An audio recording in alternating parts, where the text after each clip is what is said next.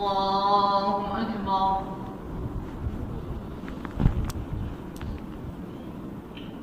الحمد لله رب العالمين الرحمن الرحيم مالك يوم الدين إياك نعبد وإياك نستعين اهدنا الصراط المستقيم صراط الذين أنعمت عليهم غير المغضوب عليهم ولا الضالين.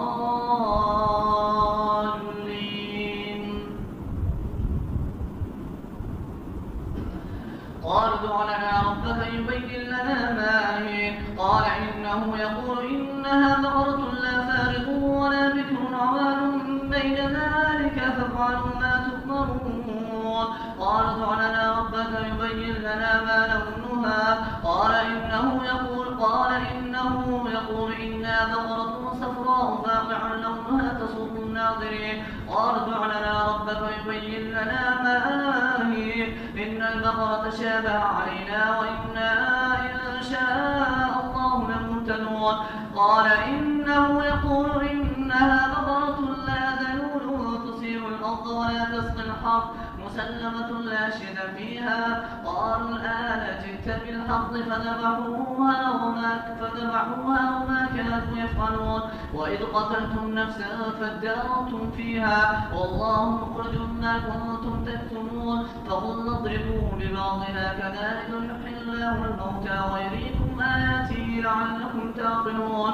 ثم قست قلوبكم من بعد ذلك فهي كالحجارة أو أشد قسوة وإن من الحجارة لما يتفجر منه الأنهار وإن منها لما يشقق فيخرج منه الماء وإن منها لما يهبط من خشية الله وما الله بغافل عما تعملون.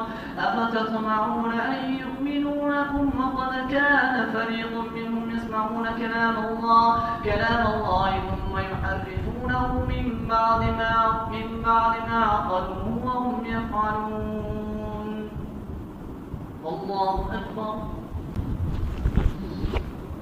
الحمد لله رب العالمين الرحمن الرحيم مالك يوم الدين إياك نعبد وإياك نستعين اهدنا الصراط المستقيم صراط الذين أنعمت عليهم غير المغضوب عليهم ولا الضالين.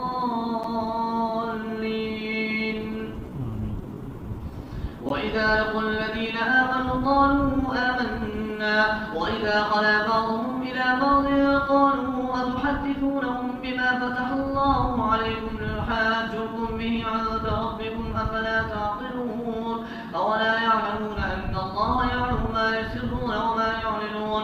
ومنهم أميون لا يعلمون الكتاب إلا أماني وإنهم إلا يظنون.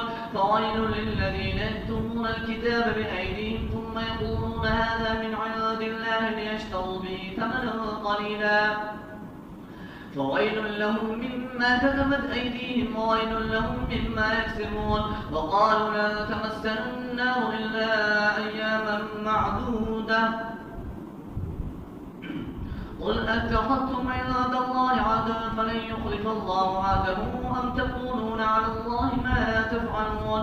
بلى من كسب سيئة وأحاطت به خطيئته فأولئك أصحاب النار هم فيها خالدون. وقالوا لن تمسنا النار إلا أياما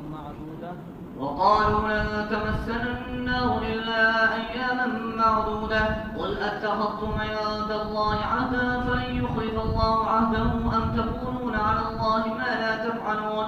بلى من كسب سيئة وأحاطت به خطيئته فأولئك أصحاب النار هم فيها خالدون.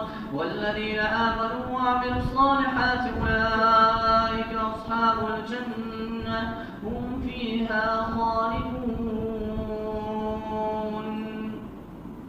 الله أكبر.